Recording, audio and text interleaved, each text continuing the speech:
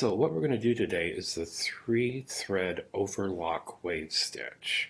We're going to set our machine up for it and then do a test sew. So the first thing we're going to do, as you saw on the previous screen,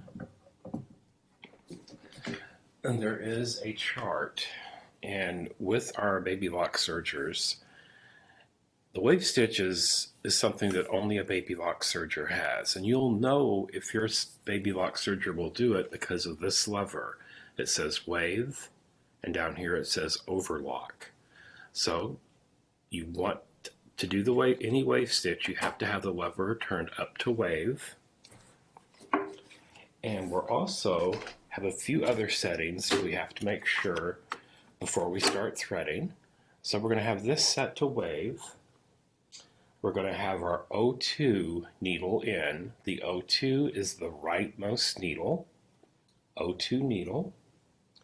We're going to set our stitch length, which is this large dial right here. We're going to set that. I'm going to set it at 0.75. There's a little notch right there, and you can see it when you look at it. And this is regular. This is not roll. This is standard 1 to a 0.75 to a 1 stitch length. And that's if you're using a 40 weight thread. So if you're using a heavy decorative thread, you might have to lengthen that to like 1.5 or maybe even 2. That's where you get to experiment right there with the stitch length. The width, we're going to turn to its, and what this does, the stitch width, it doesn't actually make the stitch wider, but it adjusts the cutting blade. So we're going to put that at 5.0, okay? And next we're going to make sure our stitch selector, see this dial right here, it has A, B, C, D. Well, B and C, it says wave. We want this on the letter B as in Bravo. B as in Bravo. Make sure this is turned up to wave. If it's down here, it says overlock. Flip that up to wave. And we're going to make sure our upper looper selector, which is this dial right here, it's pointed towards up. The blade position should be unlocked, so it should be up. There's the cutting blade right there. We're going to have our knife cover on. And our subsidiary looper, which is this little deal right here. You only use this when you're doing a two thread on the overlock side of the machine. It's the only time you use this. We'll talk about that in a future video. And that's all your settings. So the first thing we're going to do, and if you notice on these threading charts, the threads are color coded, okay? And I'm going to use the different colored threads according to these charts, so it'll be easier for you to follow along at home. Okay, so in the lower looper, it shows a blue thread, and I'm going to put this on. And when you're testing out a stitch, it's really beneficial to use the colors of thread that are on these charts. That way it's really easy to see exactly what color thread is going where, and then you can make a decision on your project as to what color thread that you really want to use. Okay, so this is actually embroidery thread. I have a lot of embroidery thread, and that's all this is 40 weight regular embroidery thread. Okay, I'm going to run this through the standard lower looper setting, just how you would always thread the lower looper with all the wave stitches. This does not change. Okay, and we're going to turn our threading lever down to threading. It says from serging to threading, and slowly turn the hand wheel towards you. And what that does, it will engage the air threading tubes. Listen for the click. There it is. The air tubes just closed up. They moved over this way and they sealed off. So those are ready for threading. And this is going to be our lower looper. Okay. Just going to thread that. There's my lower looper thread right there. Okay. And I'm just going to move that to the back of the machine.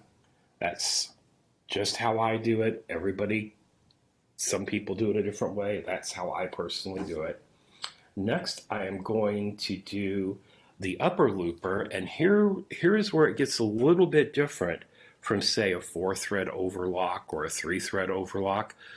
For this particular stitch, the overlock 3-thread wave stitch, this is the upper looper thread, and it will go normally where the upper looper goes, and I'll put it through the upper looper guide up here at the top. But normally your upper looper thread would go in this slot right here, right next to the lower looper. We're going to skip this slot and move this thread over to the left 1 notch and then thread it into the upper looper. We're not going to use this one here for this setup. Lower looper, upper looper, O2 needle, okay? That is the threading path for this stitch. And you want to insert about 1/2 inch of thread in. There's that thread. Woohoo! That's one thing that's great about a baby lock serger. I know there's other sergers out there now that have air threading, but guess what, people? Baby lock is the one that invented it, not in all these other copycats. So here we go. Now, but it's okay. And just so everybody knows, to do the wave stitch, only baby lock sergers have the wave stitch. Now this is going to be, put this in our regular O2 needle slot, bring it up and over the thread tree, and this will go all the way to the left, normally where O1 would go. So once again, lower looper, upper looper, O2 needle. We are not using this one right here. That one will remain empty.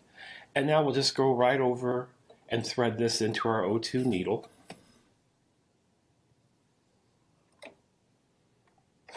Now I'm on the Triumph. This threading would be the same for any baby lock serger with the wave stitch. The Triumph serger happens to have air threading for the needles as well. Okay.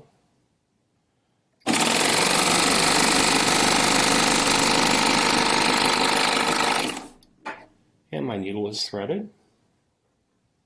Easy peasy. Gotta love it. I find as I get older, it's more difficult for me to thread a needle the regular way without assistance. This makes, I can thread that needle without my bifocals on. So here we go. We're all threaded. We're going to move our threading lever back up to serging. I'm going to close the knife door and the large door. Make sure your neutral, your differential feed is on the letter N as in Nancy, right here, okay? And we're all set to go. So let's grab a piece of fabric. I'm going to grab a piece of fabric. And I'm going to zoom in a little bit closer here so you can see this. There we go. Now, I'm just going to fold it over in half. And you'll see with those 3 colors of thread exactly what's going on. Let's get that one sewn down.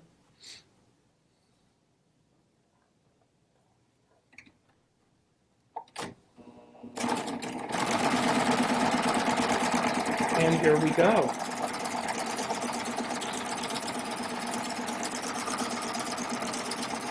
Now personally, with any decorative stitch, on the sergers especially, I like, if your machine has it, you don't want to go super fast when you do this. Just keep it at a low to medium speed.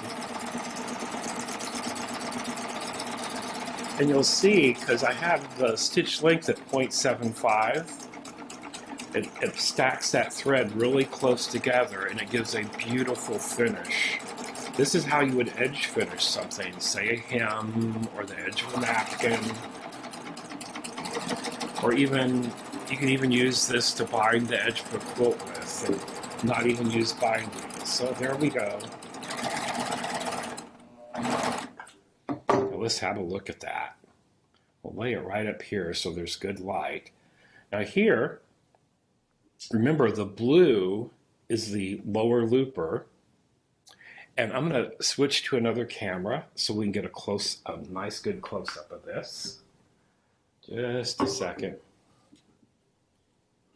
Here we go. So as you can see here, the blue thread is our lower looper. The yellow thread is our upper looper. And you can see that a little green line, it looks like a straight stitch. That is our green thread that goes through the needle. Now, if you look, this is the front, would be considered the front. If we flip it over, all you see on the back is the lower looper and that needle thread, the blue and the green. Pretty cool, right? And there you have it, everybody. That's how easy it is to do the 3-thread wave stitch with a baby lock Triumph serger or any baby lock serger that has the wave stitch. Thank you for watching. I'll be posting many videos on serger threading. This is the first in the series of the wave stitches. Thank you for watching, and remember, please like and subscribe to my channel. That's the best. If you like this video, that's the easiest way to show that you're supporting my channel. Thank you so much. Bye, everybody.